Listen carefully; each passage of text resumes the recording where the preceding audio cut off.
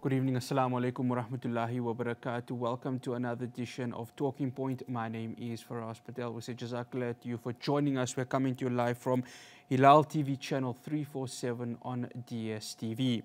Our discussion tonight is the role of labor unions in a democratic South Africa. Does it still have the same relevance it had during the apartheid era and during the dawn of democracy? Let me introduce my guest. Today I have Dr. Ibrahim Harvey. He is a former COSATU unionist, political writer, and the author of the book The Great Pretenders. And I also have Terry Bell, who is a labor analyst. Gentlemen, good evening, and thank you so much for joining us. Dr. Harvey, I want to start off with you.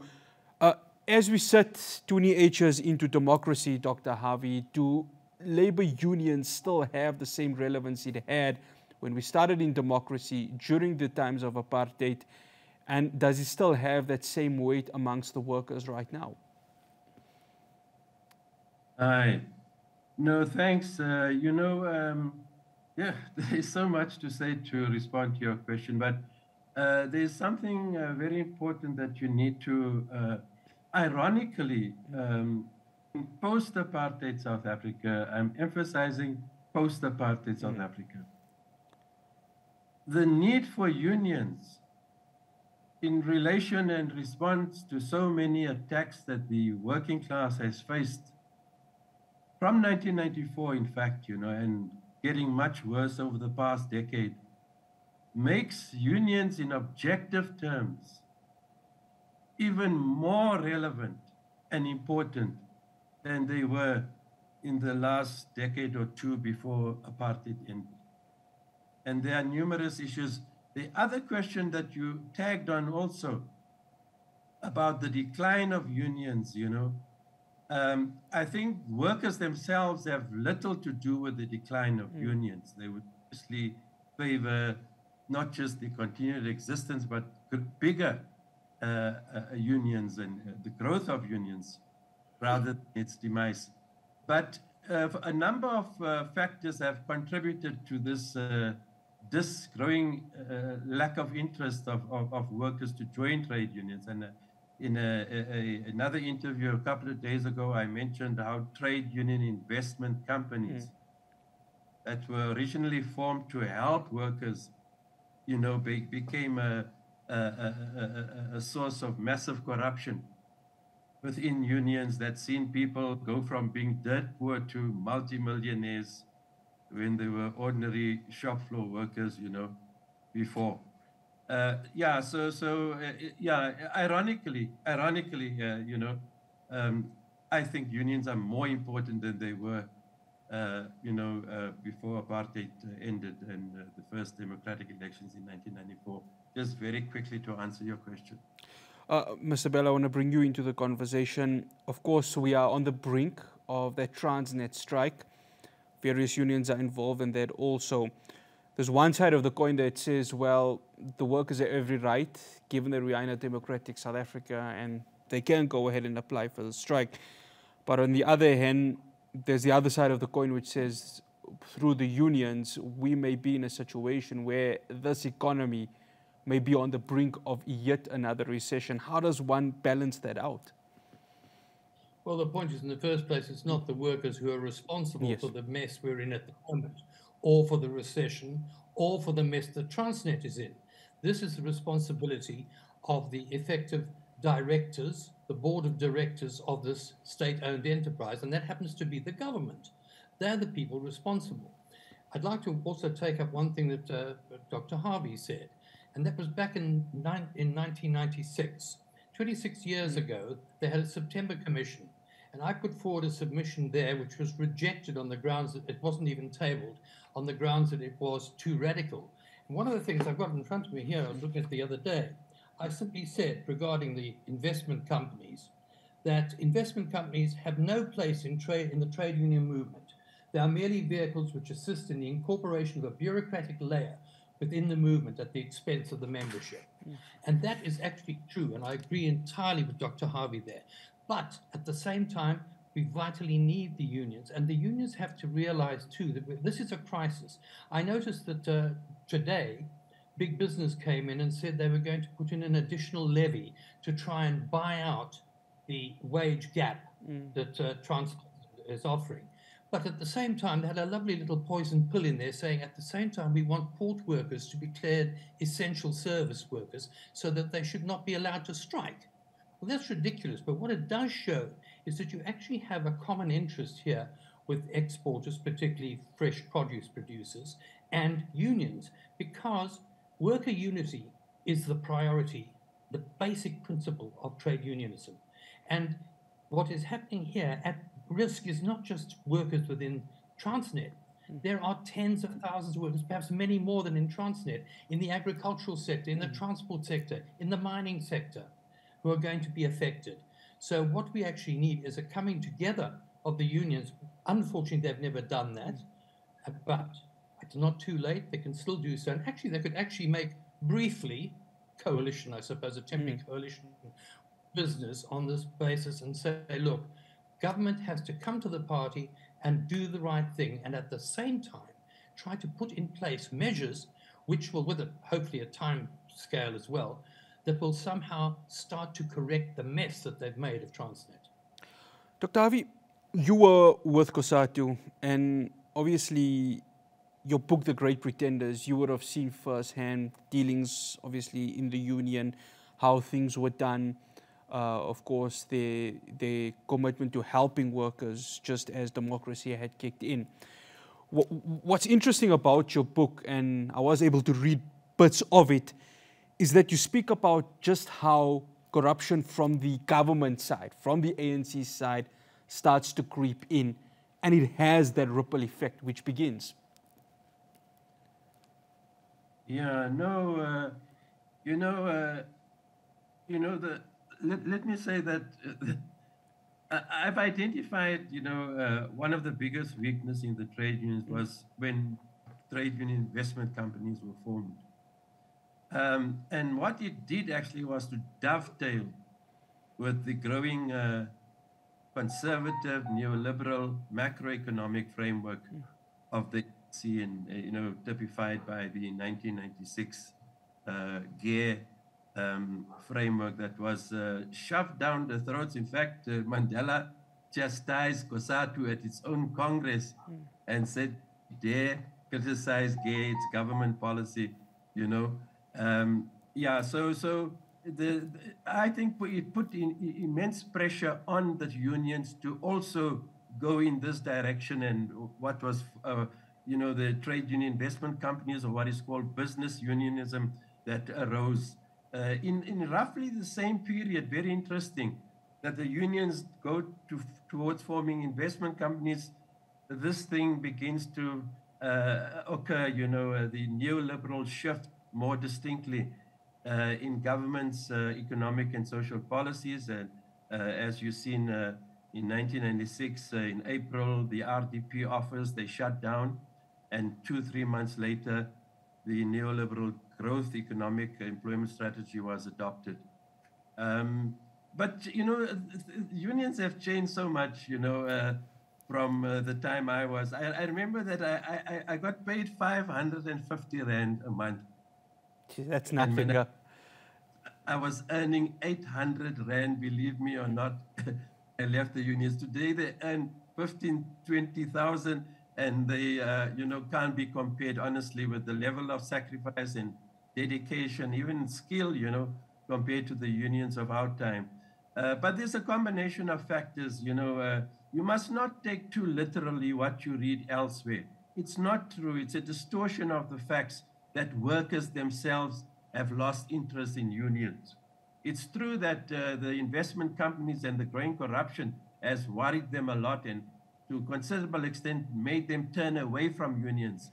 But, unions throughout the world and historically, even during periods of downturn, they hope there's a revival because, employers have their own bodies and organizations. And so is it necessary for workers to have their own organizations to defend and advance their interests, Dr. Harvey, I know that you have a commitment at 8:30. So after the break, I'm going to give you a full 10 minutes just to wrap up some of the key points of this conversation. So after the break, we will be continuing our discussion with regards to the role of labor unions in a democratic South Africa. Do stay tuned to Talking Point here on Hilaal TV. Back to Talking Point. Dr. Harvey, I'm going to come to you just before, of course, you leave at 8:30. The Tripartite Alliance, this has been there for many a year. Are we at a point where there could be a split within it? Yeah, well, you know, it's quite likely. If you look at what happened at COSATU's recent Congress, you know, it seems like finally COSATU might be flexing its muscles. You know, though it will certainly, well, we have to see what happens in December, whether Ramaphosa gets re-elected, you know. In fact, Ramaphosa was elected because of COSATU's support in CP. I don't think Ramaphosa would have been elected was it not for their support. But, you know, the public sector unions in particular in COSATU are very fed up with the ANC. You saw last year how they reneged on the 2018 public sector wage deal, and now again in another dispute and about to wage another public sector strike over wages. So all in all, very unhappy, I think, COSATU is with this relationship with the ANC, where it has been largely, I've argued, a convenient electoral cannon fodder for the ANC from 1994, you know. What COSATU has got from this alliance, that big gains that it has made to advance its struggles, I don't believe there is much to be said in that regard. To the contrary, I think COSATU has suffered massive attacks from the ruling party in so many different ways, you know. And it includes not just the factory floor.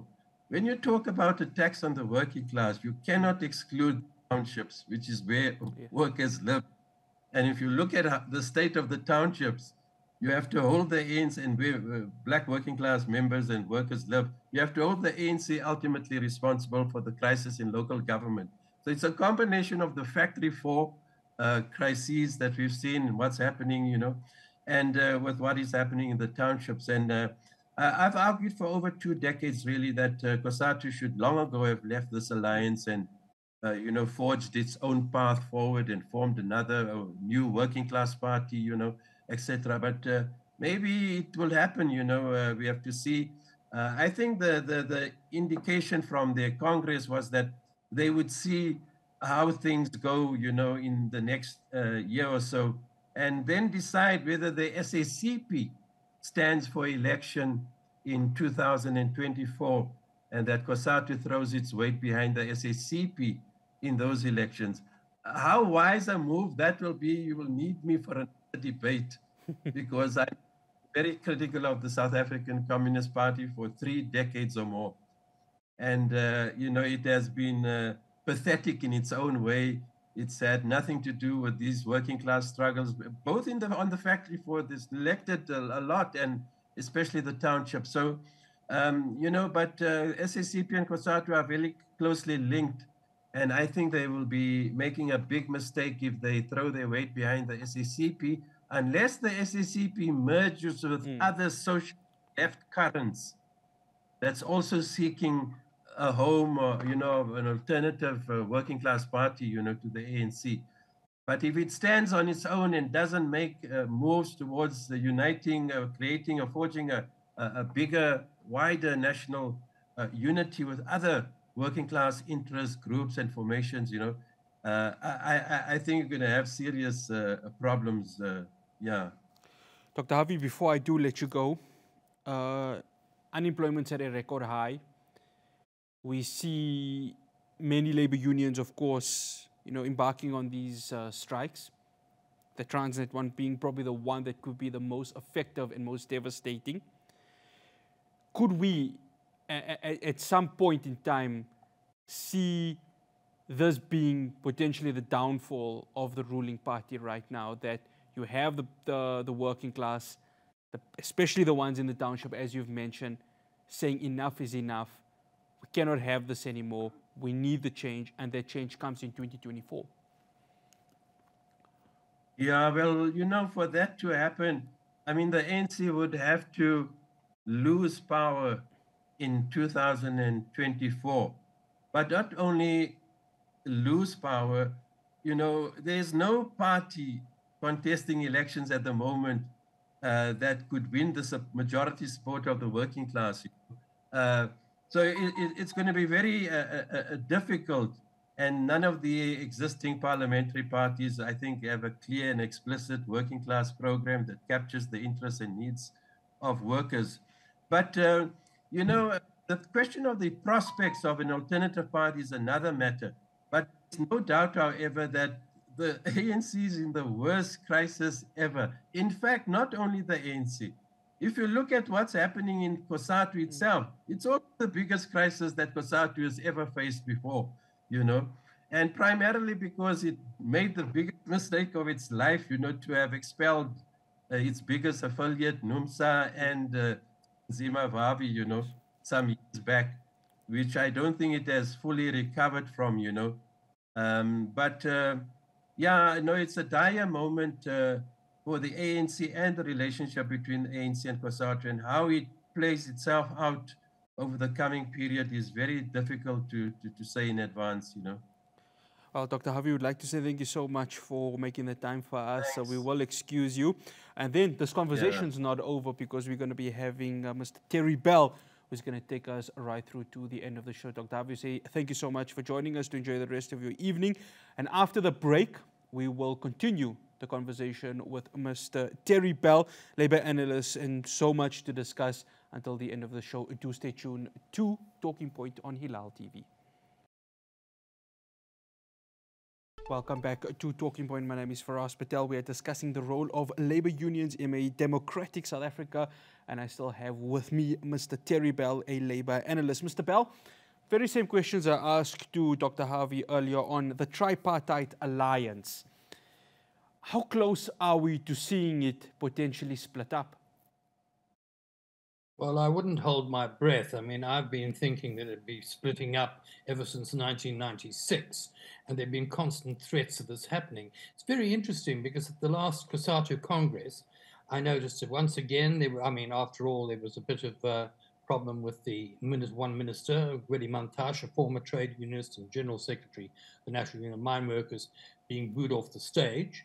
And we have seen the situation where even the president couldn't speak in the Northwest. But this shows anger at a shop floor level. But whether or not it will translate into the bureaucracy of the trade union movement deciding to move is another matter entirely.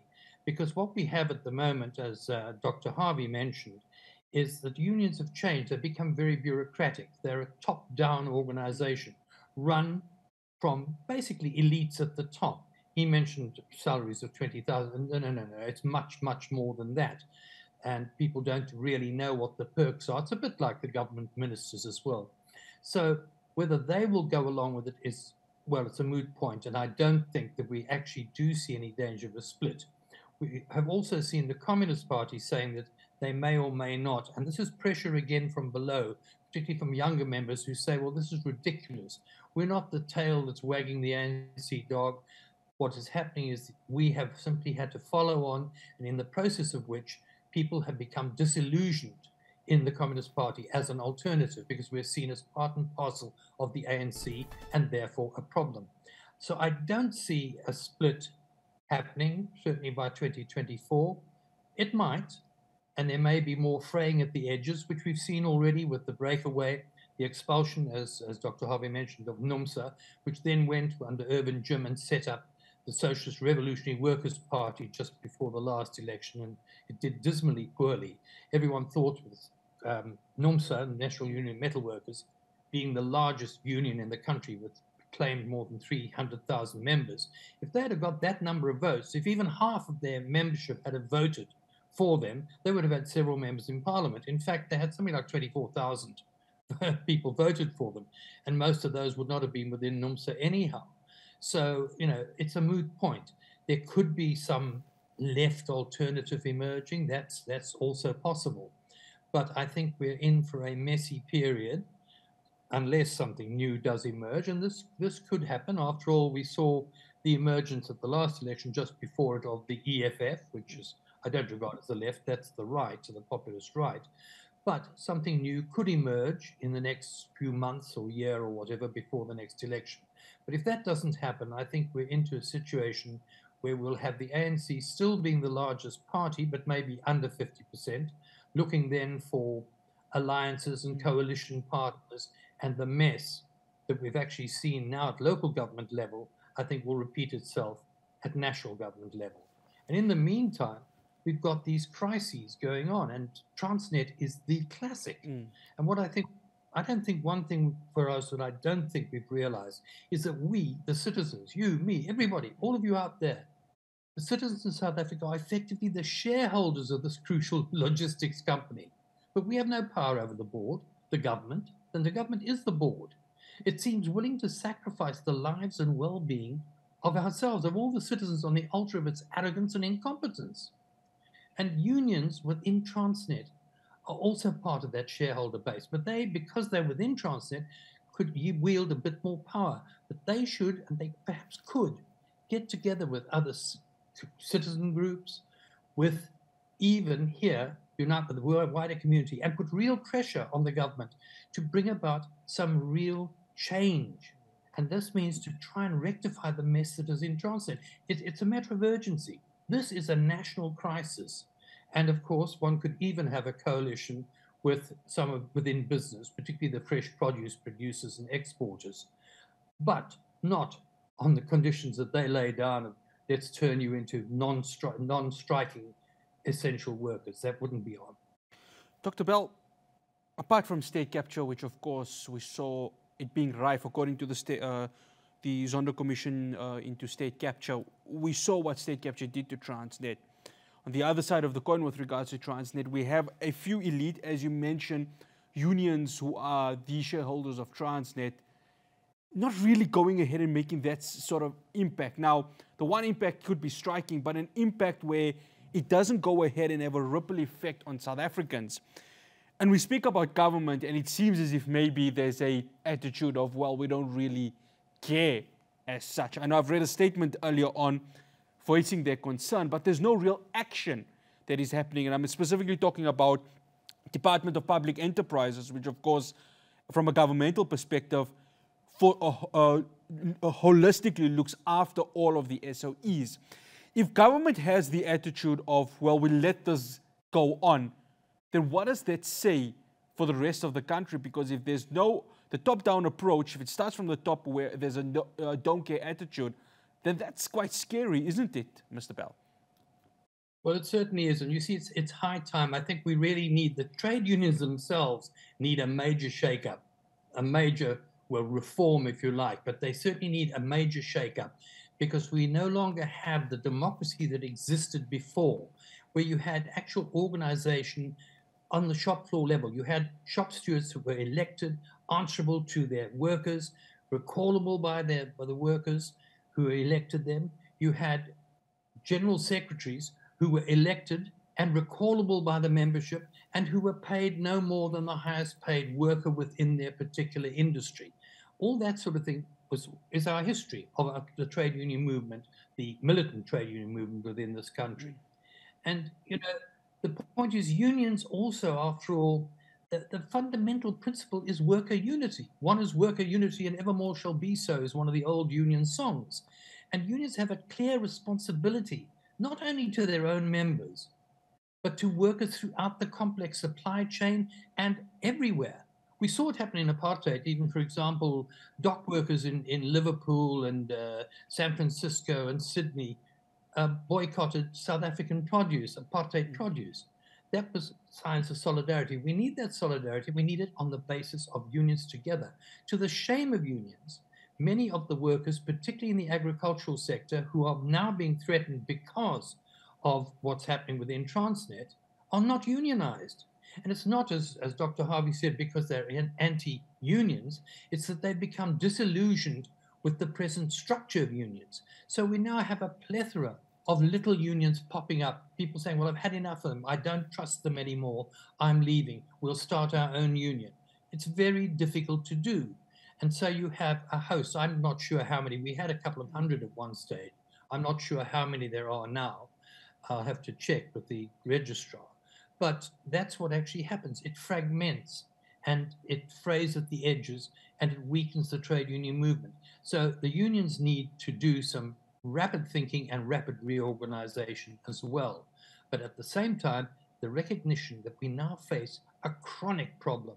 And Transnet is really at the center of Eskom is a problem, yes, of course, a major one, but so is Transnet. We are putting now coal and minerals, heavy duty stuff, putting them onto the roads in trucks, which is chewing up the roads, which is going to cost the government even more. It really does seem, I just don't understand how this government can do that. They seem to be willing to sacrifice the lives and well-being of citizens on the altar of their own arrogance and incompetence. Yeah, and I think that is quite scary considering we just came out of a COVID-19 pandemic, which really wreaked havoc on the economy. After the break, we will wrap up the conversation with Mr. Terry Bell and just what happens now to the country heading into the 2024 elections, which will be such an important election in the history of our democracy. Do stay tuned. Welcome back to Talking Point. We're wrapping up the conversation with Mr. Terry Bell, a Labour analyst. Mr. Bell, there were two events that happened this year. The May Day rally, of course, you mentioned earlier on at the Royal Bafokeng Stadium, where President Cyril Ramaphosa was disrupted during his delivery. We saw a couple of weeks ago during the COSATU National Congress where Minister of Mineral Resources and Energy, Gwede Mantashe, was told to leave the arena. Is that a sign that come 2024, the working class, which holds so much of the vote within South Africa, could be swaying away from the ANC? I think this is highly likely, and I think it's been happening ever since 1996. If you look at the voting pattern and the number of votes that have fallen down, but they won't go necessarily to any other party. You'll have people not voting. If you look at the last elections, there are about 10 million voters did not vote and didn't even register. We ran a campaign here in the Western Cape to try to get people to, particularly young voters, to register. And they said, no, why should we register? What for? It's not going to make any difference. We tried to argue it would make a difference. But many of these people are so, to use that rather vulgar expression, which is used all the time, are so gatvol that they will not vote and they wouldn't even register. So if they don't register, that doesn't show up as people not voting. So if you add the number of potential voters, looking at Stats SA's figures, and the number who actually register and then the number who vote, if you add them all together, you discover that we now have a minority government of roughly, I thought it was about 40%. And the late Sampieter Blanche corrected me. He said, no, it's 38% of the voting public voted for the ANC. So it is already a minority government, but it's a minority government not because people are necessarily opposed to it or in favor of anything else. It's just because people have no alternative, are disillusioned, demoralized, and apathetic. The trouble is that that sort of apathy, particularly in a situation of austerity, of increasing hunger and desperation, leads to more desperation, more violent action, more crime. And we're seeing that happen. And it's going to continue unless we do something about it. What can we do? Well, there are many recipes that can be put forward. There are all sorts of things. I mean, the state says, it's not for us, said Cyril Ramaphosa, the president, to create jobs. Yes. Is it not? In any depression, and we're in a world depression, if you like, if you go back to the history of the previous depression, how were many countries, how did they deal with it? They had huge state job creation exercises, massive ones. I always think of New Zealand. I was briefly there in exile for 9 years. During the Depression, they had massive plantations planted by people who were unemployed. Today, it's one of the largest timber exporters in the Pacific. So, yes, there are all sorts of measures that can be taken, should be taken, are not being taken. And particularly this week, where it emerged on Sunday that in April, the bloated cabinet, and it is, let's face it, 63 ministers, deputy ministers, probably the largest cabinet in the world, have granted themselves a few more perks. No cap on their utility bills, electricity, and they don't suffer from load shedding either, by the way, or water. And they've just had another 100,000 Rand put onto their vehicle allowance, their motor vehicle allowance. I mean, at a time like this, I don't understand. This government does not make sense to me, but it is time that the people got together, and the unions have a vital role here to play here. And that is to try and knock some sense into the government. Mr. Bell, unemployment's at a record high. That's based on the second quarter figures. We don't know what's going to happen in the third quarter figures. We've got, as you mentioned, a worldwide depression that's happening. The role now for unions to try and make sure that their engagement, including that of NEDLAC, and we can't forget NEDLAC also, and their contribution, what they can bring in trying to help curb unemployment. What happens now from now until 2024? And I'm stressing on 2024 because that could be such a massive elections for all of us. What happens now, Mr. Bell? Because the signs don't really point to anything being that great for us right now. Well, I'm neither a prophet and I don't have a crystal ball to see what's in the future. But I'm really desperately worried about what is happening at the moment and what will happen come 2024. Where we go from here, well, I don't know. I think all we can do is try, as we're doing here, opening up debate and discussion. And hopefully everyone who's listening, who's looking in, every one of you can sit down and discuss these sort of issues and decide what you, as a community, as a neighborhood, as your mosque or your church or your temple or whatever, you get together, your rugby club, your football club, and talk about these issues, about how we're now in a desperate situation. And it's not just in South Africa, it is global. We have to acknowledge that as well. But we can't turn around and blame external factors. This is a country that produces a surplus of food, and yet we have millions of people starving. Yes. That, to my mind, is an obscenity, and it's something we have to deal with. Mr. Bell, before I let you go, has the government lost the plot in addressing the real issues regarding unemployment, youth unemployment, and the economic crisis? Because you can have all these plans, but if it's not yielding jobs, then what's the point? They have lost the plot. And, you know, incidentally, as regards the figures regarding employment, I'm not sure if you're aware, or that all the viewers out there, if you're aware, that if a person works for 1 hour a week, whether it's paid or not, they're regarded as employed. They go down as not unemployed. So if you add all those figures of people who didn't really get paid for something, or those people who maybe worked for 1 hour or 1 day in a week, or those who sell a few oranges on a street corner, if you regard them as employed, I don't. They're the hidden unemployed. And if you add them together, we're now in a situation in South Africa where the majority of working people, aged between 15 and whatever, are now unemployed. The youth unemployment is already agreed by Stats SA between 15 and 25. In some areas, it's up to 70 and 80%. This is an incredible waste of human potential, quite apart from anything else. And it's intensely dangerous, because it will lead to social fragmentation at a level we haven't seen before, or I hope we never have to see. And I hope we never have to see it also. Mr. Terry Bell would like to say thank you so much for joining us. So we really appreciate it.